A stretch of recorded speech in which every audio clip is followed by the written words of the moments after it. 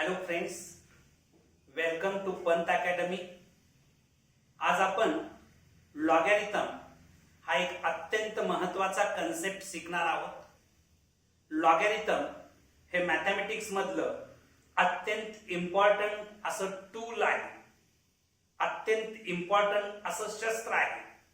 याच्या आधारे तुम्ही अनेक कॉम्प्लिकेटेड क्वेश्चन्स सॉल्व करू शकता, अनेक कॉम्प्लिकेटेड न्यूमरिकल्स तुम्ही सॉल्व करू शकता.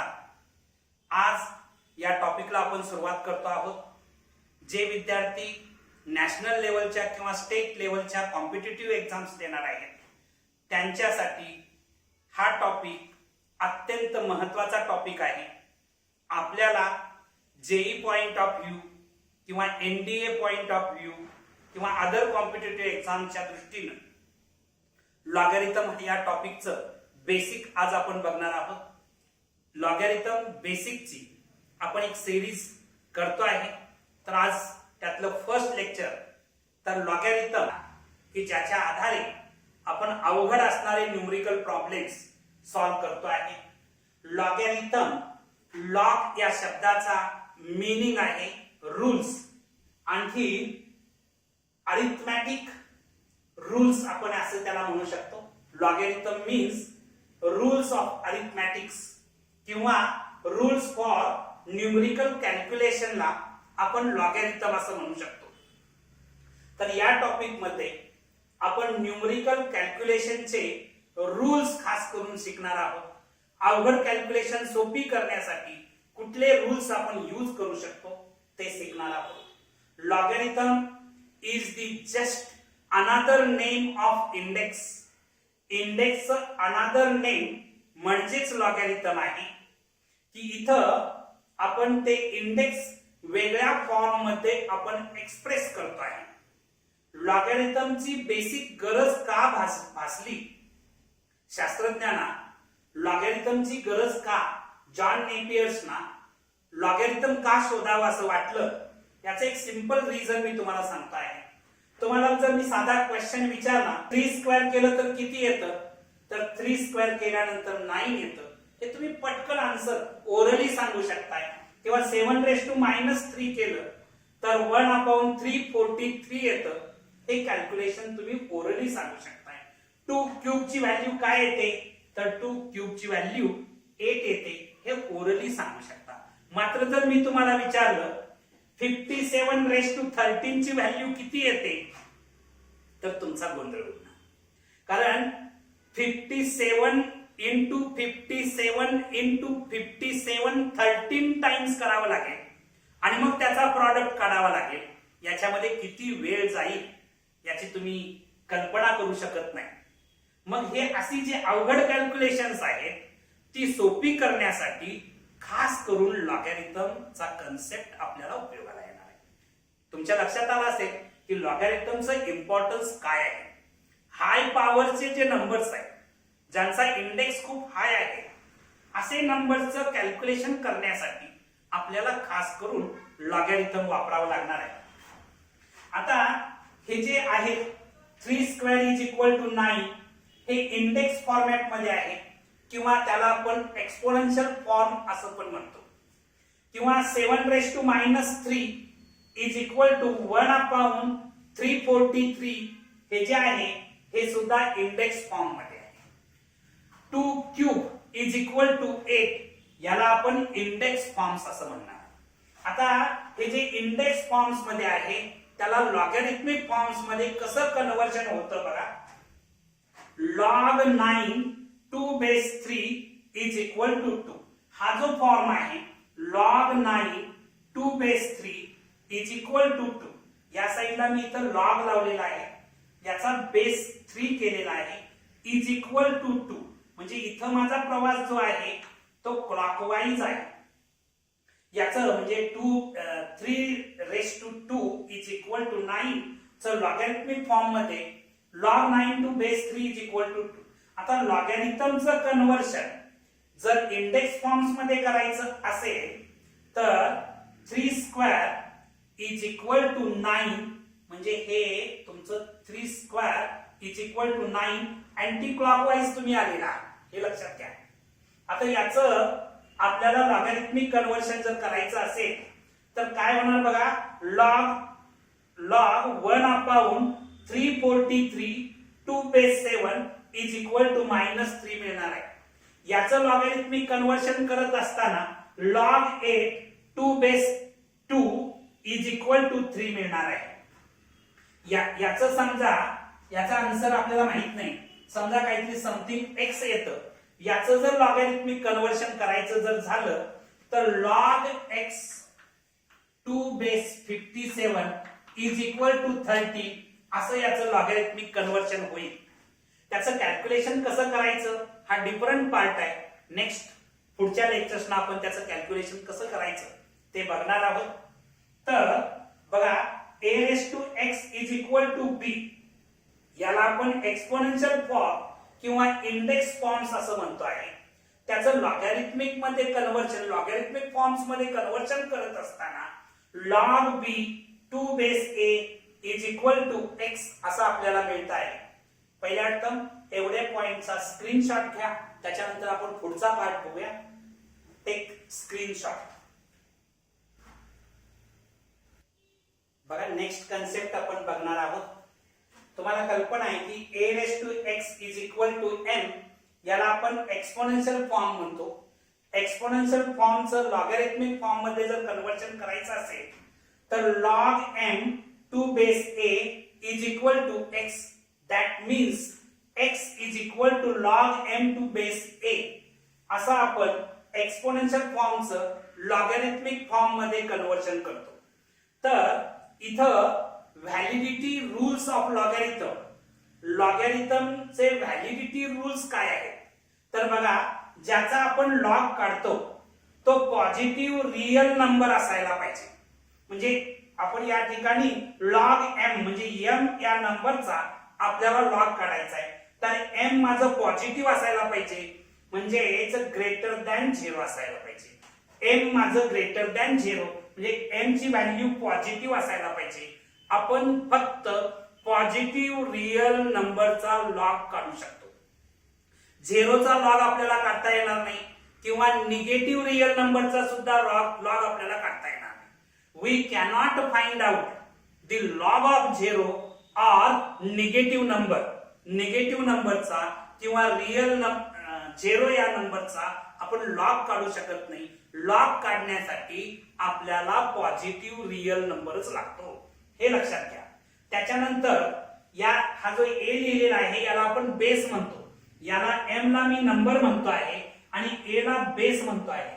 हा जो बेस आहे तो ग्रेटर दॅन 0 याचा अर्थ पॉझिटिव्ह असायला पाहिजे बेस. आणखी base is not equal to 1. बेसची व्हॅल्यू 1 असता कामा नये. म्हणजे बेस माझा पॉझिटिव्ह असायला पाहिजे आणि 1 नसायला पाहिजे, तरच आपल्याला लॉग डिफाइन करता येतो. अदरवाइज लॉग नॉट डिफाइन होतो. आता एक्झॅक्ट डेफिनेशन ऑफ लॉगॅरिथम काय आहे? Logarithm if a and m are positive real numbers, a is not equal to 1 and x is a real number such that a raised to x is equal to m, then x is called logarithm of m 2 base a. बघा मी इथं simple language मध्ये सांगतोय. हे जे logarithm आहे ते लिहित असताना x is equal to log m 2 base a. या x ला m चा लॉगॅरिथम असं म्हटलं जातं 2 बेस a. म्हणजे x हे लॉगॅरिथम आहे कोणाचं? m या नंबरचं, कधी a हा बेस असताना. हे लक्षात घ्या. x is called logarithm of m 2 base a. हे वाचत असताना log m 2 base a is equal to x असं त्याचं आपण रीडिंग करणार आहे. आता मी तुम्हाला सांगितलं होतं we can find logarithm of positive real numbers only. आपल्याला फक्त पॉझिटिव्ह रियल नंबरचा लॉगॅरिथम काढता येतो. Logarithm of 0 or negative number do not exist. 0 आणखी निगेटिव्ह नंबरचा लॉग एक्झिस्ट नसतो. लॉग नॉट डिफाइन असतो. Write down these points.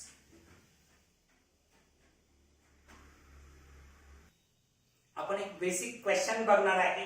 काय आहे बघा, write the following in the logarithmic form. तुम्हाला गिवन फॉर्म जो आहे तो एक्सपोनेन्शियल फॉर्म दिलेला आहे, त्याचं लॉगॅरिथमिक फॉर्म मध्ये कन्वर्शन करायचं आहे. काय आहे बघा, 2⁶ इज इक्वल टू 64 दिलेला आहे. तुम्हाला मी मगाशी सांगितलेलं आहे a⁻x is equal to m असेल तर आपण काय करतो, log m 2 is equal to x लिहितो.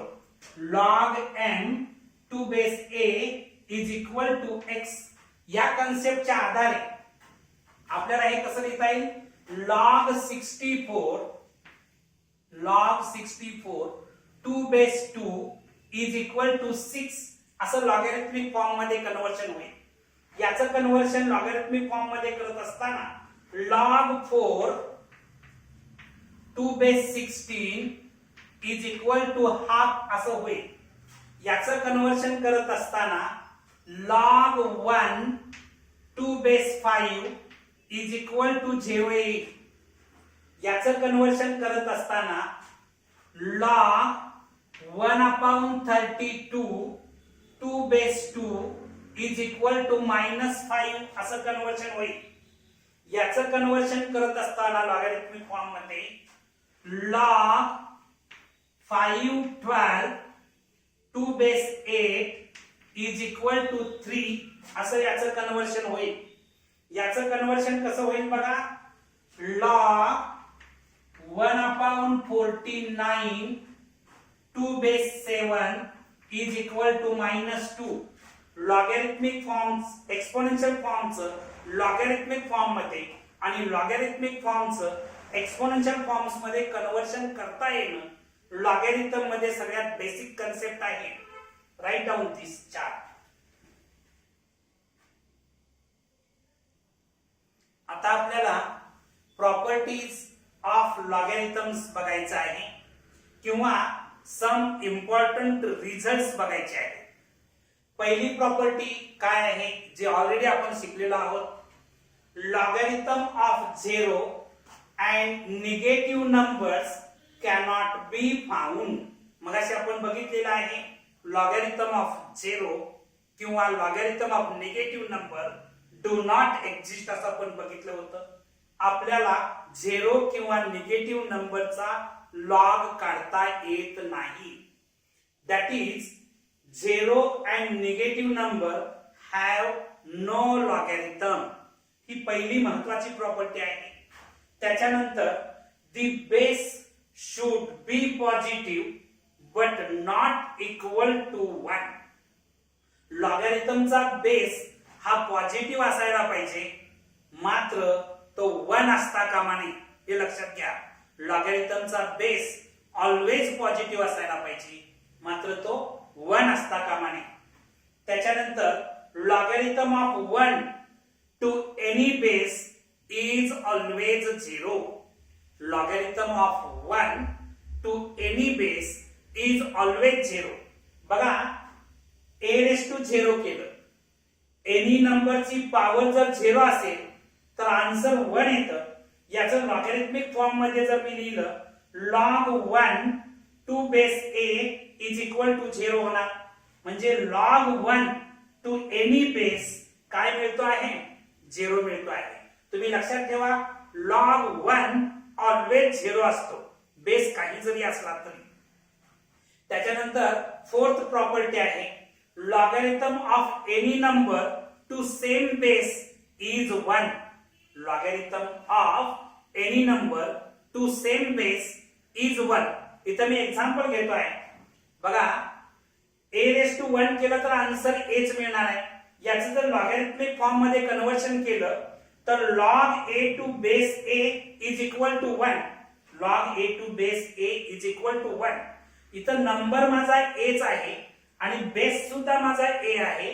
ज्याचा लॉग काढतो आहे ते सुद्धा aच आहे आणि त्याचा बेस सुद्धा a आहे. त्यावेळी आन्सर काय मिळतं, 1 मिळतं. म्हणजे log a to base a is equal to 1.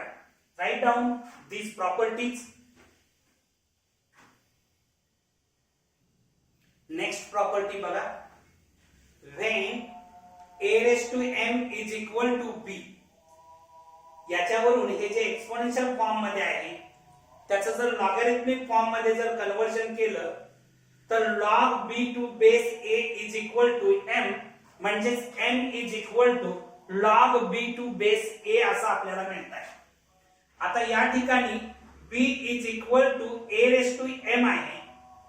b is equal to हे a as it is ठेवलं, या m च्या बदली काय लिहिलं log b to base a, log b to base a. याचा अर्थ काय होतो बघा, हा a आणखी ह्याचा बेस a इक्वल असेल तर याचा आन्सर b येतं. याचा अर्थ a raised to log b to base a is equal to b. इथं मी ती प्रॉपर्टी लिहिलेली आहे, a raised to log b to base a is equal to b येणार आहे. लक्षात घ्या. समजा मी जर इथं असं लिहिलं, काय लिहिलं बघा, 2 raised to log 3 to base 2 लिहिलं तर याचा आन्सर 3 येणार आहे, कारण इथं हे 2 आणखी हे 2 इक्वल आहे म्हणून याचा आन्सर डायरेक्ट आपण 3 लिहिणार आहे. ही प्रॉपर्टी सुपर प्रॉपर्टी पैकी एक प्रॉपर्टी आहे, लक्षात ठेवा. त्याच्यानंतर नेक्स्ट प्रॉपर्टी बघा, if log b to base a is equal to log c to base a. आता हे दोन log इक्वल आहेत, त्यांचा बेस इक्वल आहे म्हणून हे नंबर इक्वल असणार आहे. Then b is equal to c मिळणार आहे. बघा, if logarithm of two numbers to the same base are equal, then the numbers are equal. Write down these properties. आपल्याला inequality of logarithms बघायचा आहे. if a greater than 1, a हा माझा base आहे, तो greater than 1 आहे and b greater than c, then log b to base a greater than log c to base a. He property बघा, तुमच्या लक्षात येते का? a greater than 1 आहे, समजा माझे a ची व्हॅल्यू 2 आहे and b greater than c, b ची व्हॅल्यू 5 घेतली आणि c ची व्हॅल्यू 3 घेतली तर 5 greater than 3 येणार आहे. therefore log 5 to base 2 greater than log 3 to base 2. तुमच्या लक्षात आली असली ही प्रॉपर्टी. सेकंड सेम प्रॉपर्टी आहे, if a greater than 1, a 1 पेक्षा ग्रेटर असेल and log b to base a greater than log c to base a, then b is greater than c. हीच reverse लिहिलेली property आहे. त्याच्यानंतर if 0 less than a less than 1, म्हणजे तुमचा लॉगॅरिथमचा base जो a आहे तो 0 आणि 1 च्या बिटवीन असेल and b less than c, b ची व्हॅल्यू लेस दॅन c असेल, then log b to base a greater than log c to base a. बघा, इथं लेस दॅन सिम्बॉल होतं, त्याचं ग्रेटर दॅन झालेलं आहे. बेस जर तुमचा 0 आणि 1 च्या बिटवीन असेल तर नंबर्स मधलं जे रिलेशन आहे ते रिव्हर्स होत आहे, हे लक्षात घ्या. इथं लेस दॅन होतं, ते लॉग घेत असताना ग्रेटर दॅन झालेलं आहे. Right down these properties. आता आपल्याला लॉज ऑफ लॉगॅरिथम्स बघायचा आहे. त्याच्यातला फर्स्ट लॉ काय आहे बघा, law of product. Law of product मध्ये बघा, log mn to base a, m आणखी n बोथ पॉझिटिव्ह नंबर्स असतील तर याचा प्रॉडक्ट mn येणार. हा प्रॉडक्ट जो आहे तो मी ऍडिशनच्या फॉर्मॅट मध्ये लिहू शकतो, म्हणजे log m to base a plus log n to base a. बघा, इथं मी पुन्हा एकदा सांगतो आहे, इफ a m n हे जे तीन नंबर्स आहेत हे पॉझिटिव्ह रियल नंबर्स असतील, त्या a ची व्हॅल्यू ग्रेटर दॅन 0 असून 1 नसेल, a ची व्हॅल्यू काय असेल, ग्रेटर दॅन 0 असेल आणि 1 नसेल तर log mn to base a is equal to log m to base a plus log n to base a. काही रायटर मंडळी याला मॉड टाकतात. का मॉड टाकतात? तुम्हाला कल्पना आहे की मॉड प्लस और मायनस 3 घेतलं तरी आन्सर 3च येतं. निगेटिव्ह नंबरचं मॉड पॉझिटिव्हच येतं आणि पॉझिटिव्ह नंबरचं मॉड सुद्धा पॉझिटिव्ह येतं. कारण तुम्हाला कल्पना आहे की ज्याचा लॉग घ्यायचा आहे तो नंबर निगेटिव्ह असता कामा नये, म्हणून याला मॉड टाकलेला आहे. ठीक आहे. किंवा n सुद्धा निगेटिव्ह असता कामा नये म्हणून मॉड सिम्बॉल टाकलेला आहे. समजा इथं m आणि n बोथ जर निगेटिव्ह असतील तर यांचा प्रॉडक्ट पॉझिटिव्ह आहे. मात्र जेव्हा सेपरेशन करणार आहे तेव्हा इथं log minus m to base a, मात्र निगेटिव्ह नंबरचा लॉग काढता येत नाही म्हणून याला मॉड असणार. सगळ्यांच्या लक्षात आलं असेल. आता याच्यावर आधारित काही कोरोलरीज आहेत. तर बघा लॉग m n p इथं 3 नंबरचा प्रॉडक्ट आहे 2 बेस a. हे मी कसं लिहू शकतो? log m to base a plus log n to base a plus log p to base a. इथं सुद्धा मॉडची आवश्यकता आहे. हे तिन्ही नंबर्स मॉड मध्ये लिहिणं म्हणजे log mod m to base a plus log mod n to base a plus log mod p to base a असं होणार आहे. म्हणजे हे प्रॉडक्ट फॉर्मॅट मध्ये होतं ते ऍडिशनच्या फॉर्मॅट मध्ये आलं. तुम्ही उलटा रूल्स पण वापरू शकताय. ऍडिशन फॉर्मॅट मध्ये जे आहे ते प्रॉडक्ट फॉर्मॅट मध्ये लिहू शकताय. नेक्स्ट बघा log a b c dot dot dot म्हणजे इथं इन्फायनाइट नंबर्स आहेत 2 बेस m आहे. आता याचं कन्व्हर्शन करत असताना प्रॉडक्टचं कन्व्हर्शन ऍडिशन मध्ये करत असताना log mod a 2 base m plus log mod b 2 base m plus log mod c 2 base m plus dot dot dot असे इन्फायनाइट टर्म्स येणार आहेत म्हणून ते डॉट डॉट डॉट दाखवले. राईट डाऊन दिस लॉ. बघा नेक्स्ट लॉज आपण बघणार आहोत. लॉ ऑफ क्वेश्चन किंवा लॉ ऑफ डिव्हिजन असं पण तुम्ही याला म्हणू शकता. बघा log m upon n 2 base a. इथं m आणि n ची डिव्हिजन आहे. मी हे कसं लिहू शकतो? बघा log mod m 2 base a minus log mod n 2 base a असं लिहू शकतो. म्हणजे डिव्हिजनच्या फॉर्मॅट मध्ये आहे ते सबट्रॅक्शनच्या फॉर्मॅट मध्ये लिहिलेलं आहे. बघा मी इथे एक पुन्हा एकदा सांगतो. If a m n are positive real numbers and a is not equal to 0, then log m upon n 2 base a is equal to log mod n 2 base a minus log mod n 2 base a. याची corollary आहे. बघा log m n upon p q. मी हे कसं लिहू शकतो? बघा या दोन्हींच्या मध्ये प्रॉडक्ट आहे आणि न्यूमरेटरला आहे ते म्हणजेच log mod m 2 base a plus log mod n 2 base a असं लिहिलं. हे डिनॉमिनेटरला आहे म्हणून मायनस लिहिलं. log mod p 2 base a plus कारण इथं पुन्हा प्रॉडक्ट आहे plus log mod q 2 base a. आता या मायनस साइन मुळे ब्रॅकेट मध्ये साइन चेंज होतील म्हणजे काय होईल? बघा log mod n 2 base a plus log mod n 2 base a minus log mod p 2 base a minus log mod q 2 base a. Write down this property.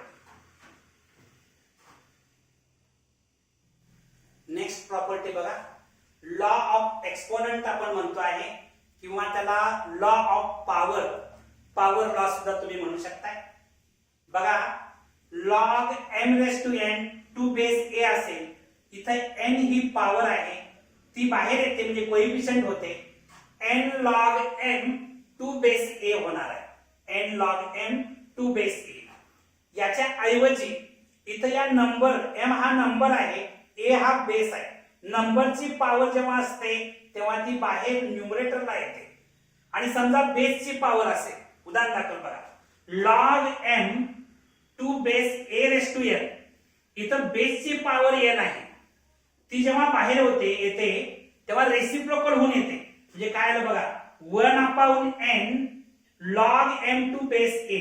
He power बाहेर आलेली आहे मात्र कशी आलेली आहे रेसिप्रोकलच्या फॉर्मॅट मध्ये आलेली आहे n चा रेसिप्रोकल 1/n अशी बाहेर आलेली आहे मी इथं पुन्हा एकदा सांगतो आहे बघा if a m are positive real numbers a is not equal to 1 कारण बेस इक्वल असून चालणार नाही तो पॉझिटिव्ह असायला पाहिजे आणि नॉट इक्वल टू 1 असायला पाहिजे and n is any real number n हा any real number असेल then log m raised to n to base a is equal to n into log m to base a and log m to base a raised to n is equal to 1/n log m to base a.